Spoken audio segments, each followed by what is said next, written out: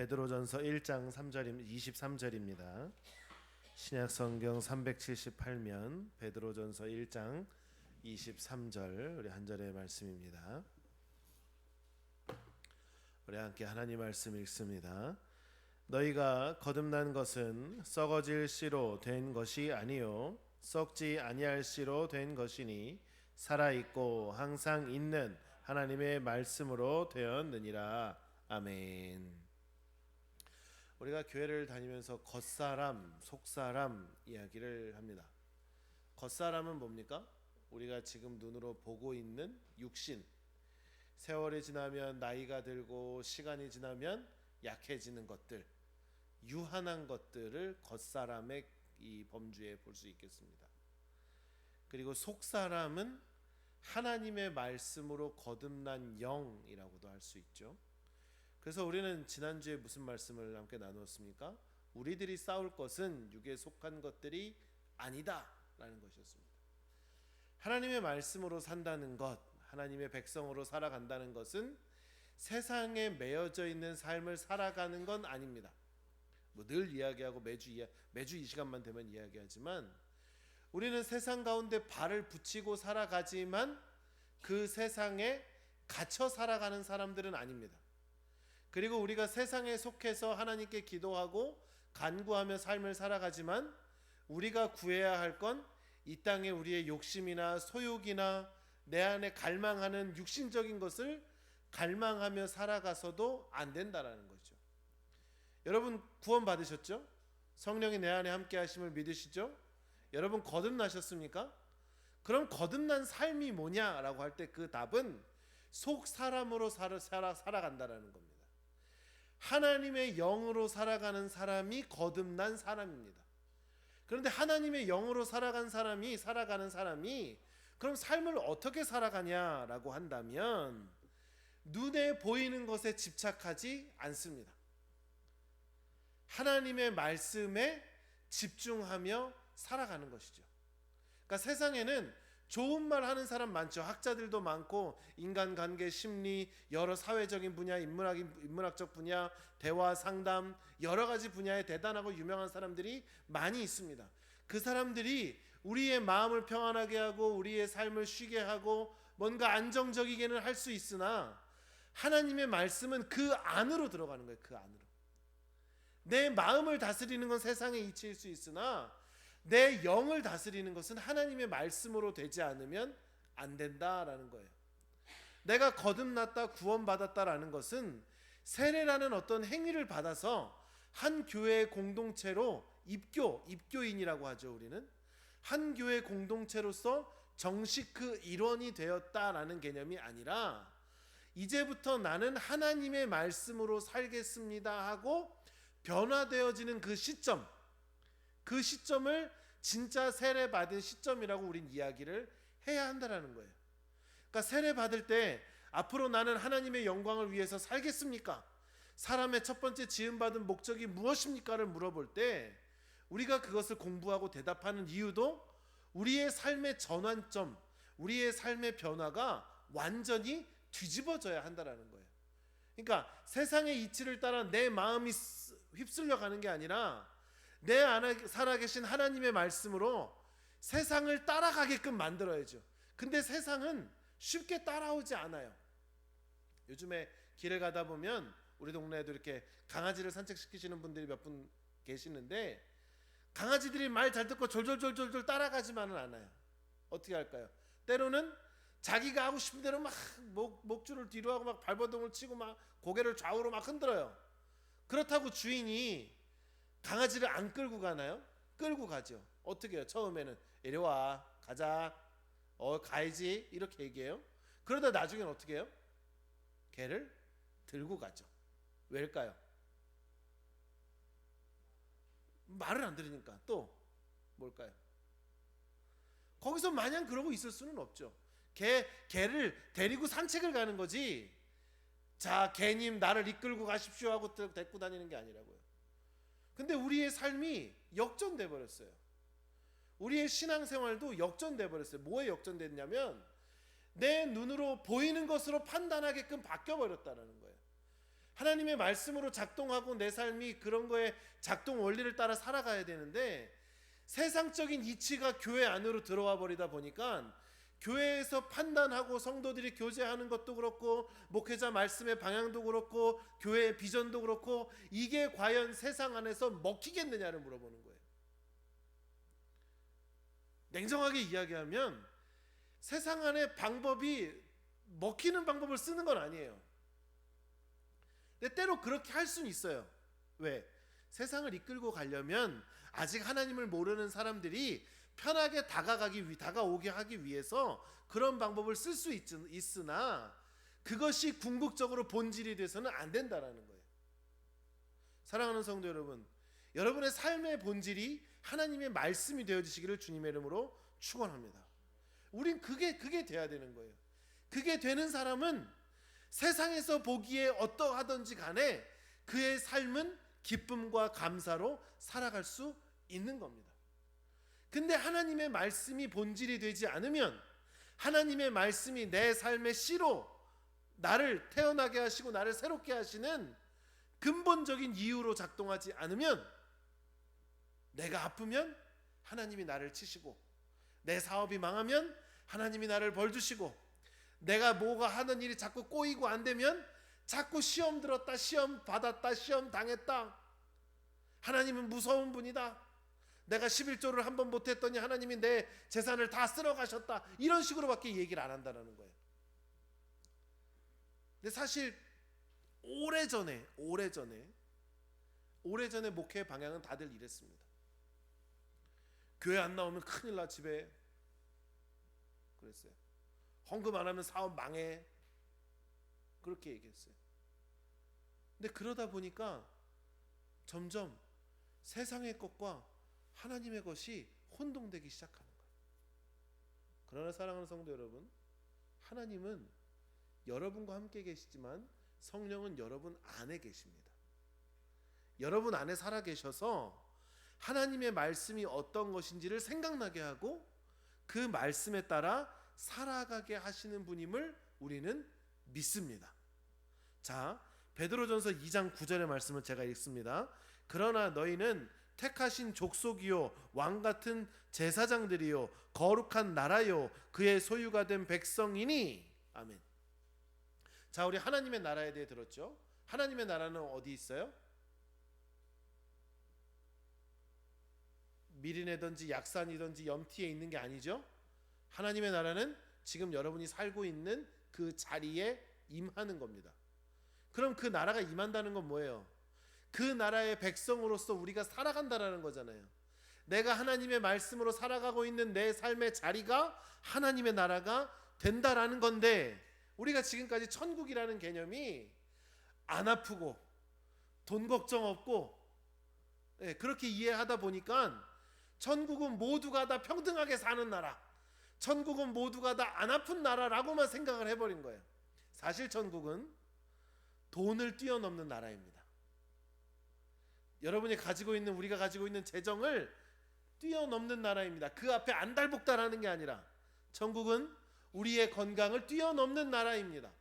내가 무릎이 아프고 허리가 아프고 눈이 안 좋고 귀가 안 들리고 내 안에 있는 질병이 있는 그 모든 것을 초월하여서 하나님의 말씀으로 살아가는 나라입니다. 그게 천국입니다. 그런데 우리는 이것을 뛰어넘기보다 이 문제가 해결이 되어지는 것이 하나님의 나라라고 생각하다 보니까 속사람에 속해 있는 하나님의 영으로 살아가기보다 겉사람에 속해 있는 문제들이 해결되는 나라가 하나님의 나라라고 생각하는 거예요. 근데 우리가 생각하는 해결은 뭐예요? 싸워 이겨야 되잖아요. 싸워 이겨야 되잖아요. 근데 저는 공부를 잘 하진 못했지만 그 시험 공부, 수능 시험을 준비하면서 학원이든 학교 선생님들이든 저에게 가르쳐준 팁을 줬던 게 뭐냐면, 야, 문제를 풀다가 지금 네가 예를 들어서 1번, 2번, 3번을 잘 풀었는데 4번 문제 앞에 네가 문제가 생겼어. 이 문제를 풀기에 너무 어려워. 그러면 뭐라 그러냐면 다음 문제로 가라고 그래요. 왜일까요? 총 25문제가 있다고 생각을 하면 4번 문제, 5번 문제 때문에 네가 6번, 7번, 8번, 9번을 못 풀어서는 안 된다라는 거예요. 그리고 그것들을 해결하고 와서 나중에 풀으라고 얘기를 해요. 근데 어떤 친구들은 그렇지 않아요. 4번 5번 문제 푸느라 그 뒤에 걸 다 놓치고 시간에 쫓겨서 찍어서 내는 애들이 있다라는 거예요. 근데 생각을 해보세요. 지금 내 앞에 놓여져 있는 6의 문제가 그런 문제라고 생각한다면 우리는 그 문제를 어떻게 하면 될까요? 하나님 앞에 내려놓으면 돼요. 수고하고 무거운 짐진 자들아 다 내게로 오라 내가 너희를 쉬게 하리라 라고 말씀하신 예수님의 그 말씀에 수고하고 무거운 짐진이 뭐예요? 지난번 얘기했잖아요. 내가 지고 싶어진 짐이 아니에요. 어쩔 수 없이 누군가가 지워서 낑낑대고 지고 갈 수밖에 없는 짐을 그 짐이라고 얘기하잖아요. 그 짐이 뭐예요? 건강일 수 있고 재산일 수 있고 사람과의 관계일 수 있는 거예요. 그건 하나님한테 내려놓으라는 거예요. 그건. 그럼 내가 너를 쉬게 해주겠다는 거예요. 근데 우리는 어떻게 해요? 하나님, 이 문제가 해결돼야 내가 쉴 수 있어요. 하나님, 이 문제가 해결돼야 내가 평안할 수 있어요. 근데 하나님은 아니야 라고 하시는 거예요. 아니야 라고 하시는 거예요. 사랑하는 성도 여러분, 우리가 거듭났다는 건 하나님의 말씀으로 재창조된 거예요. 3주 전에 4주 전에 창조에 대해 말씀드렸죠. 창조는 뭐예요? 아무것도 없는 것에서 완전히 새롭게 만들어지는 걸 창조라고 해요. 창조. 근데 만들어지다는 뭐예요? 밀가루랑 물을 섞어서 반죽을 해서 멸치 대가리 넣어갖고 국물을 내서 끓이면 수제비를 우리는 창조했다라고 하지 않잖아요. 수제비를 만들었다라고 그러죠. 근데 여러분은요, 하나님을 믿기로 작정한 순간 거듭났다라는 건 뭐냐면 여러분은 새로운 피조물로 창조된 거예요. 자, 그럼 이 맥락에서 이 말씀이 이해될 수 있어요. 무슨 말씀일까요? 이전 것은 지나갔으니 보라 새 것이 되었도다. 예전에 저도 이제 지금보다 훨씬 날씬했을 때는 친척들의 옷도 물려 입고 막 그랬거든요. 근데 생각해 보세요. 맨날 언니 오빠들 거 옷만 물려 입어. 찢어진 건 꼬매 입고, 긴팔이 안 맞으면 반팔로 잘라 입히고. 저희 어머니가 수선집을 하니까 옷을 그렇게 입었어요. 근데 기분 좋을 때는 어때요? 새 옷을 내가 딱 입었을 때 좋잖아요. 이렇게 생각을 해보시면 돼요. 하나님이 나를 거듭나게 하셨다는 건 예전의 나를 다시 잘 깎고 다듬어서 만들었다가 아니라 아예 새 걸로 바꿔놓으셨다는 거예요. 그러니까 예전 거에 우리가 발목 잡힐 필요가 있어요, 없어요? 발목 잡힐 수 있어요, 없어요? 없다라는 거예요. 그런데 우리는 자꾸 뒤에 예전의 삶에 발목 잡혀 살아가니까 앞을 바라보지 못하라는 거예요. 사실 소돔과 고모라가 멸망할 때에 롯의 가족들을 구출하셨잖아요. 구해내셨잖아요, 하나님이 전사를 통해서. 근데 그 땅에 간 건 누구예요? 소돔과 고모라 땅을 선택해서 그 땅으로 간 건 누구예요? 하나님이 보냈어요? 롯이 갔어요? 롯이 갔잖아요. 아브라함과 롯이 서갖고 얘기하잖아요. 네가 일로 가면 내가 일로 갈 거고, 근데 네가 먼저 선택해. 그랬더니 롯이 선택하잖아요. 보니까 하나님의 동산 같고 낙원 같은 곳을, 애굽 같던 그곳을 롯이 선택해서 간 거예요.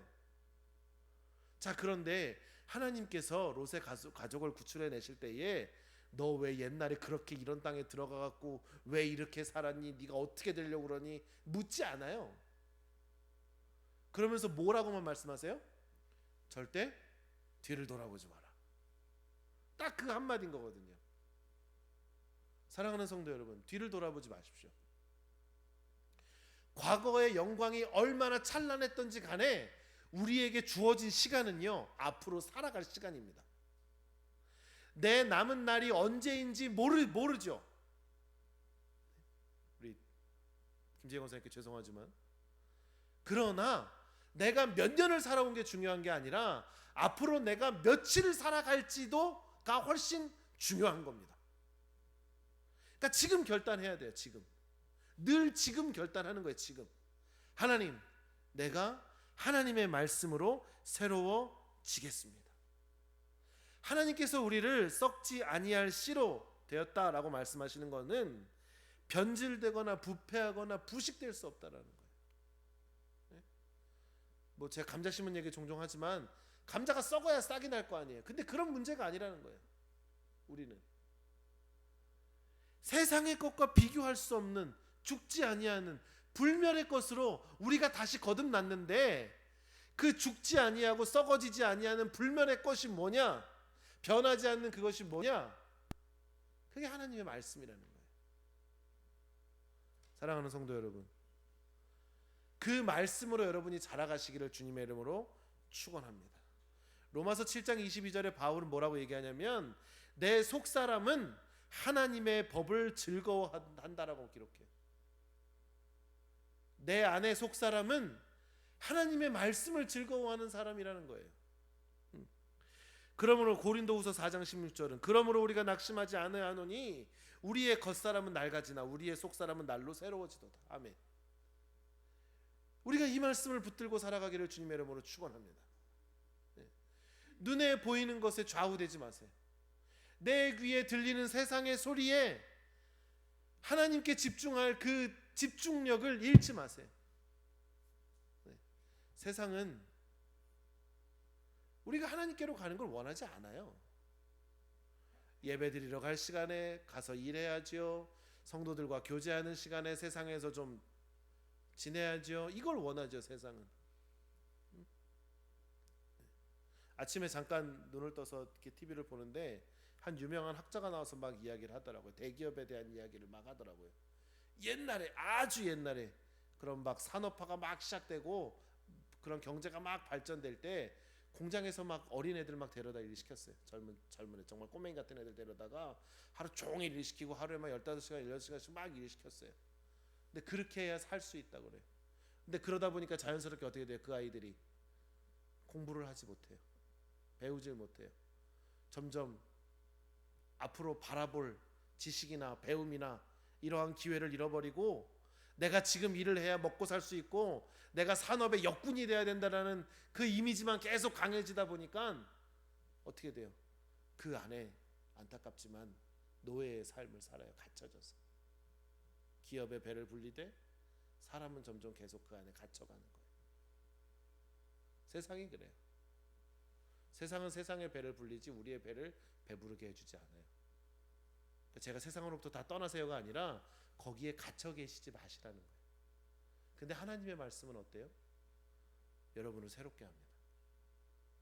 하나님의 말씀으로 온전히 거듭난 사람은 신앙생활을 할 때 기쁨이 생겨요. 왜일까요? 나를 기쁘게 하는 건 내 삶의 성공 유무가 아니라 하나님의 말씀이기 때문에 그래요. 사랑하는 성도 여러분, 하나님의 말씀이 여러분을 기쁘게 하실 줄 믿습니다. 하나님으로 인해 기뻐하시는 여러분 되시기를 주님의 이름으로 축원합니다. 날마다 새로워진다는 건 뭐예요? 새 걸로 갈아 끼는다는 얘기가 아니라 자라간다는 거예요. 성장한다는 거예요. 누군가에게 새로운 힘과 활력이 부어진다는 거예요. 세상에서 수고하고 애쓰면 고추밭에 고추 심고 로타리 치고 뭐 약 주고 물 주고 풀 깎고 하면 내 몸은 지쳐요. 근데 보세요. 예전에 기도 많이 하실 때 기억 한번 해보세요. 기도를 막 2시간씩 3시간씩 했어요. 내 몸이 지칠까요? 지치지 않더라고요. 네. 저에게는 그런 경험이 있었는데 저는 기도를 뭐 2시간 3시간씩 뭐 이렇게 하다 보면 기도를 끝내잖아요. 그 개운함이 있더라고요. 왜냐하면 얼마나 후련해요. 하나님한테 다 기도했어. 그럼 내가 짊어질 걱정이 있을까요? 없을까요? 없어요. 그리고 기도가 끝나고 나니까 와 시원한 거예요 정말. 근데 이게 뭐랑 똑같냐고 생각을 하냐면 아버지랑 아들이 사우나에 들어갔을 때랑 똑같은 거예요. 우리 아버지는 사우나에 들어가면 뜨거운 물에 들어가면 뭐라 그래요? 시원하다고 그래요. 그럼 저도 그것 따라 뜨거운 물에 들어가죠. 그럼 뜨거워요, 시원해요? 뜨거워요. 그럼 나오면서 뭐라 그래요? 속으로 세상에 믿을 뭐 하나도 없다라고 얘기하죠. 똑같아요. 아는 사람이 알아요. 하나님의 말씀에 기쁨을 아는 사람이 알아요. 그 즐거움을 아는 사람이 알아요. 근데 그것은 세상에서 찾을 수가 없어요.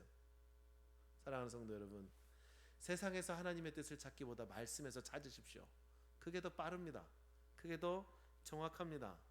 하나님의 말씀을 따라 사는 사람은 과거에 얽매이지 않고 이전에 살아왔던 나에게 얽매이지 않으며 이전의 문제가 해결되지 않고는 앞으로 나갈 수 없는 사람이 아니라 이전 것을 끊어내고 완전히 새로운 것으로 변화되어지고 거듭나고 새롭게 창조된 사람인 줄로 믿습니다. 하나님은 신실하신 하나님이라고 우리 이야기하잖아요. 그 신실하시다라는 뜻이 뭐예요? 변함이 없으시다라는 거예요. 언제나 한결같다라는 거예요. 태초에 주신 말씀이나 예수님 때 주신 말씀이나 예수님이 죽으시고 사도 바울에게 주셨던 그 말씀이나 사도 바울이 끝나고 나서 오늘을 살아가는 우리에게 주시는 말씀이나 그때나 지금이나 하나님의 말씀임은 변함이 없다라는 거예요. 그 말씀이 오늘 여러분에게 임했습니다. 그때 그 마가의 다락방에 역사했던 그 성령이 오늘 여러분에게 동일하게 역사한 겁니다. 다른 이름은 없습니다. 오직 우리 주 예수 그리스도밖에 없습니다. 다른데요? 없어요. 오직 우리 하나님밖에 없습니다. 그 하나님이 여러분을 오늘 새롭게 하기를 원하십니다. 말씀으로 새로워지십시오. 세상의 유한한 거에 거기에만 모든 걸 다 하지 마시고 하나님의 말씀에 따라가십시오. 그럼 아마 정말 이 성전 밖을 나가는 그 순간, 아니 지금 내가 마음에 결단한 그 순간부터 여러분의 삶을 대하는 태도 자체가 달라질 겁니다. 그래? 하나님의 말씀대로 될 수 있어. 괜찮아. 하나님이 나와 함께 하시잖아. 임마누엘의 하나님이 지금 나와 함께 하시잖아. 괜찮아. 나는 이 문제를 뛰어넘을 수 있어. 하나님께서 하신다면 나는 이 문제를 이겨낼 수 있어. 나는 여기에 얽매이지 않고 살아갈 수 있어 라고 하면 그때부터 내가 보는 눈이 달라지는 거예요. 보는 눈이 달라지는 거예요. 가끔 그런 이야기 하실 때가 있어요. 목사님은 목사님이니까 그렇게 얘기하죠. 다 하실 수 있는 거예요. 다. 특별히 목회자에게는 더욱더 그렇게 하게 만드시죠.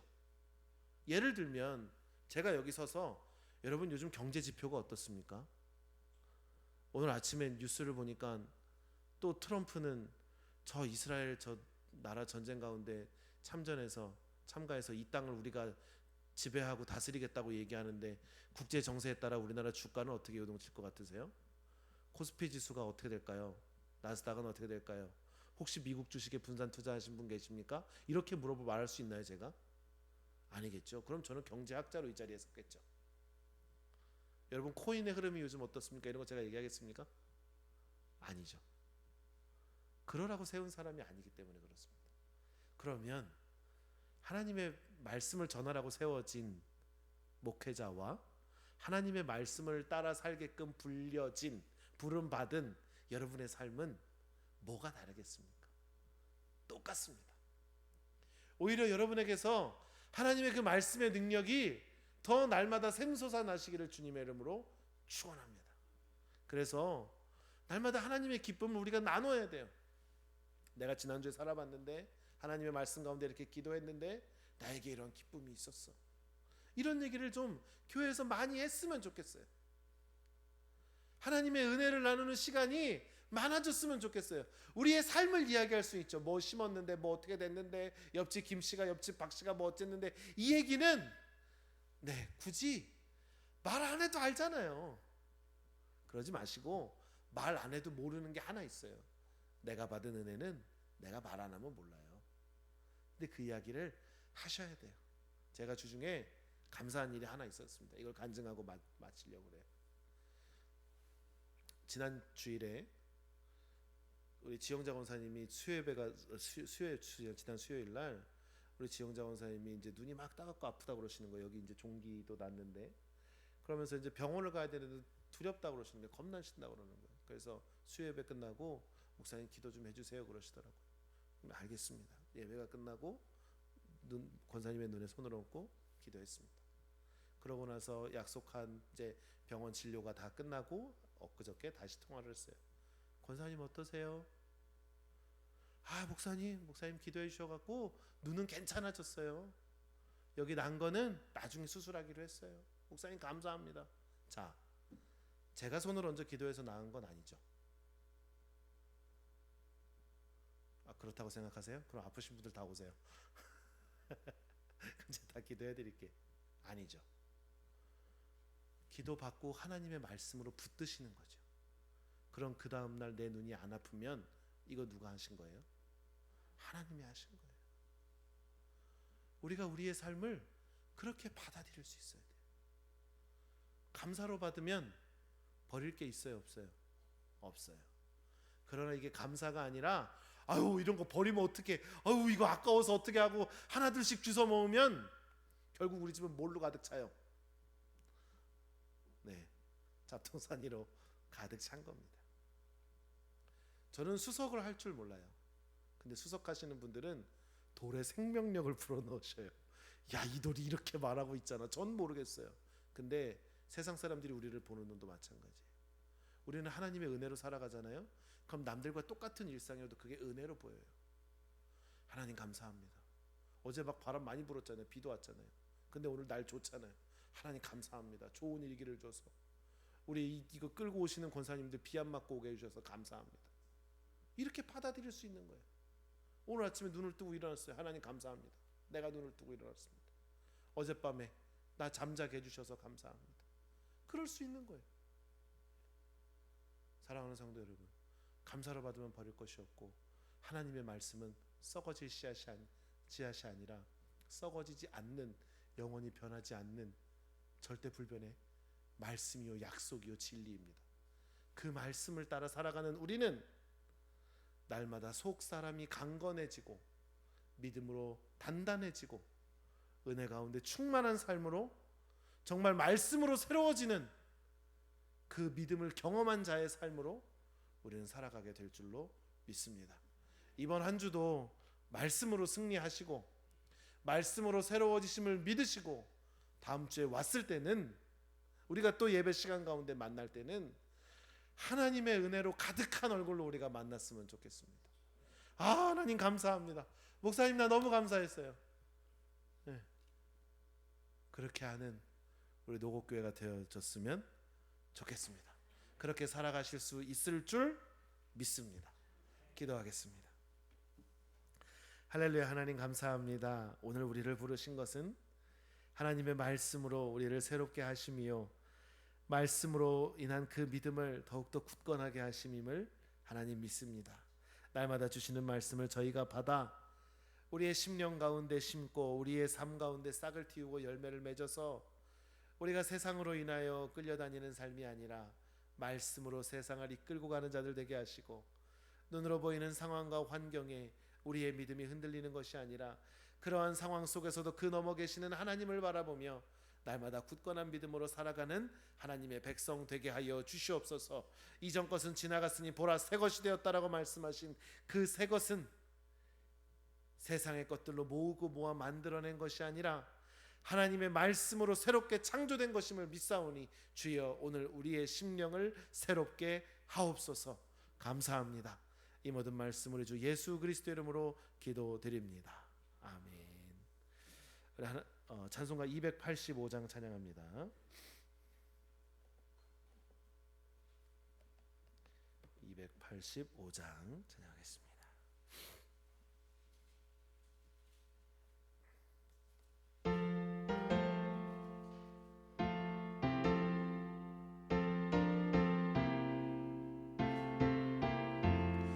주의 말씀 받은 그날 참 기쁘고 복되도다.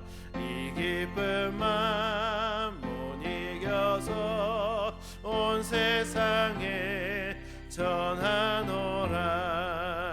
기쁜 날 주 나의 죄 다 씻은 날 늘 깨어서 기도하고 늘 기쁘게 살아가리. 기쁜 날 주 나의 죄 다 씻은 날 이 좋은 날 내 전한 몸 새 사람이 되었으니 이 몸과 마 다 바쳐서 영광의 주 늘 섬기리. 기쁜 날 주 나의 죄 다 씻은 날 늘 깨어서 기도하고 늘 기쁘게 살아가리. 기쁜 날 기쁜 날 주 나의 죄 다 씻은 날 새 사람 된 그날부터 평안한 마음 늘 있어서 이 복된 말 전하느니 나의 본분 삼았도다. 기쁜 날 기쁜 날 주 나의 죄 다 씻은 날 늘 깨어서 기도하고 늘 기쁘게 살아가리. 기쁜 날 기쁜 날 주 나의 죄 다 씻은 날. 아멘. 이제는 우리 주 예수 그리스도의 은혜와 그 크신 하나님의 사랑하심과 성령님의 감화 감동하심 내주하심이 날마다 하나님의 말씀으로 새로워지며 세상 가운데에서도 그 믿음 잃지 않고 날마다 감사함으로 하나님의 역사하심을 바라보며 나아가는 사랑하는 주님의 자녀들의 머리 위에 그들의 모든 일터와 그들의 모든 삶의 자리에 지금부터 영원토록 함께 하옵시기를 간절히 축원하옵나이다. 아멘.